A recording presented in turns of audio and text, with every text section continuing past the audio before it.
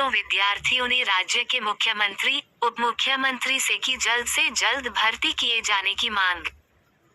शासन में मौजूद बड़ी संख्या में रिक्त पदों को भरा जाए ताकि बेरोजगारों को न्याय मिल सके।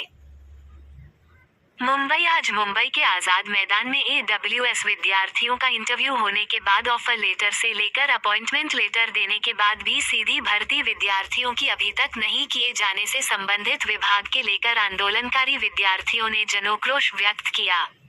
कहा कि अगर हमारी सीधी स्थायी खाते में राज्य की देवेंद्र फडणवीस तथा एकनाथ शिंदे सरकार करती है, तो हमारे सामने आत्मदाह करने के अलावा कोई पर्याय नहीं है।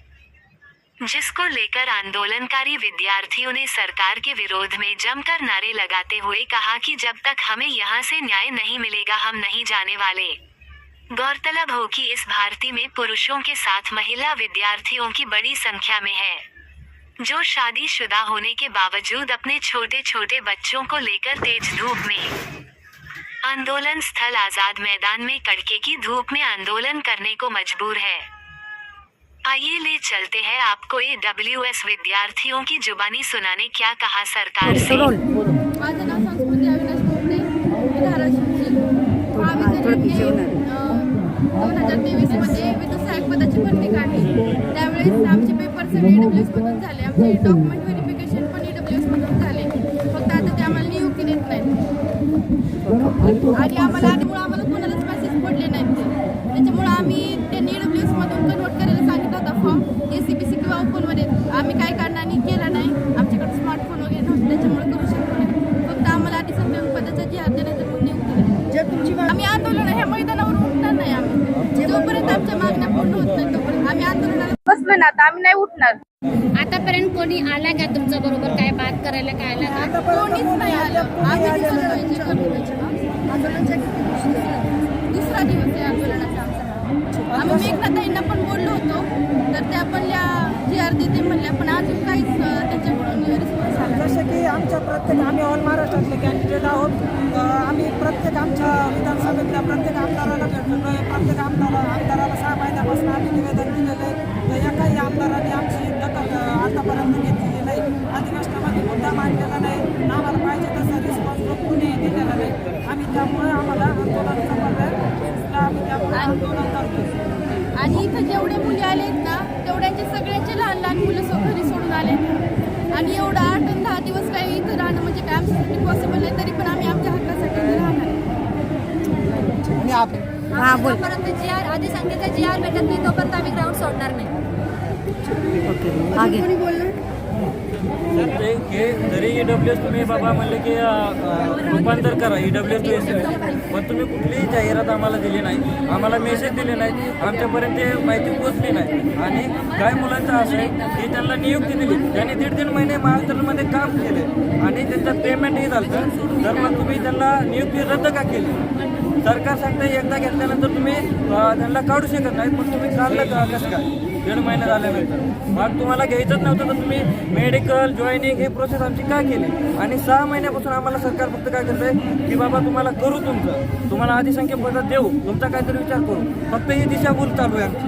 काय पण बांधकाम वगैरे काय नाही मानधन काय करणार आहे इथं? आता हे अकोला म्हणजे जेवढे महाराष्ट्रातले लांब लांब आहेत, कोल्हापूर सांगली ऑल महाराष्ट्रातून येतात, कुणाकडे पैसे नाहीत, हे उसने घेऊन पैसे इथपर्यंत येतात। इथं आमदार निवासला कसं तरी राहायची सोय होती म्हणून राहतात। काल तर अक्षरशः आमदार निवासच्या बाहेर आम्ही झोपलो, म्हणजे इतकी बिकट परिस्थिती चालू आहे, तरी महावितरण कुठल्याही मुलांकडे लक्ष देत नाही। महावितरणकडे गेलं ऑफिसकडे, महावितरणमध्ये सरकारकडे जावा, सरकारकडे गेलं की सरकारमध्ये महावितरणमध्ये जावा, ते जावा सांगते आमच्याकडे जागा रिक्त आहेत, यावेळेस आम्ही तुम्हाला अधिसंख्या पदाचा GR देऊ। आणि इकडं विखे पाटील साहेबांकडे घेतो, परत मेघनाताई बोर्डे यांच्याकडे घेतो, ते म्हणतात आम्ही विचार करू सांगू, पण आम्हाला कुणीही ठामपणे म्हणत नाही की बाबा तुम्ही आमच्याकडे येऊ नका, तुम्हाला एक 15 दिवसात महिन्यात जॉईनिंग देऊ। जे आमच्यासोबतचे मुलं होते त्यांना आज 7 महिने झाले जॉईनिंग होऊन, त्यांना पेमेंटही पडले, मग आमच्यावर अन्याय का? महावितरणने 2 मुलांना जॉईनिंग दिली होती, AWSच्या मुलांना जॉईनिंग दिली होती, त्यांना पगार द्यायच्या टाइमला त्यांनी त्यांना काढून टाकला आणि 1.5 महिन्याचा पगार पण त्यांच्याकडे बाकी आहे। आणि मुलं जे आहेत ना आपल्यासारखे किती एकमेडी टोटल कर्मचारी 150 ते 200 विद्यार्थी आमच्यासोबत आहेत आणि सगळ्यांचा हाच विषय आहे. आणि जे दोन भांडूपचे विद्यार्थी आहेत तर त्यांनी नियुक्ती केली जर तुम्हाला हे न्याय नाही मिळणार भविष्यामधून तर तुमचं पुढचा पाऊल काय होणार? आत्मदानाशिवाय पर्याय नाही आमच्याकडे. तुम्ही सगळे ते हा सगळेचे सगळे आम्ही जाऊ. सगळे लग्न झालंय मुले बाळे आहेत. हा मुले बाळामध्ये मॅरिड संख्या जास्त आहे. हे बघा इथं बघा हे लहान मुलगी हे 2 वर्षाची मुलगी अजून म्हणजे 2 वर्षाची मुलगी आहे, अजून 6 महिन्यांचे घेऊन बसले CSTला. मला सांगा आता किती दिवस सरकारला का जाग येत नाही का? आज सगळे मॅरिड आहेत. आज ह्यांचं संरक्षण कोण करणार आहे? आज हजार किलोमीटर सगळे आलेले आहेत महिला आहेत. ह्यांचं संरक्षण कोण करणार आहे मला सांगा. आज आमदार निवासला बाहेर झोपतात, आम्हाला रूम भेटत नाही. आज दुसरा दिवस आहे आमचं आंदोलनाचा, तरी सुद्धा एक मंत्री यायला तयार नाही. दखल कोणी सुद्धा घेत नाही. मग ह्याच्यानंतरचा जे शेवटचा पर्याय आहे ना आत्महत्येशिवाय साहेब पर्याय असं नाही. पण नाही का या अगोदर पण संख्येमध्ये कोणाला घेतलेलं नाही. 2014ची भरती हो किंवा 2019ची भरती हो, सेम असाच प्रॉब्लेम झाला होता. तर त्या मुलाला त्यांनी अधिसंख्यामध्ये समाविष्ट करून घेतलेलं आहे. आमची एवढीच मागणी आहे, आम्हाला अधिसंख्यामध्ये समाविष्ट करावं, कारण या अगोदर त्यांनी कोणता केलेलं आहे असं. तर आमची पण एवढीच मागणी आहे, जसं त्यांना केलेलं आहे तसं आमच्यासोबत पण आम्हाला न्याय देऊन आमचा GR काढावा शासनाने अधिसंख्या पदांचा व आम्हाला लवकरात लवकर नियुक्ती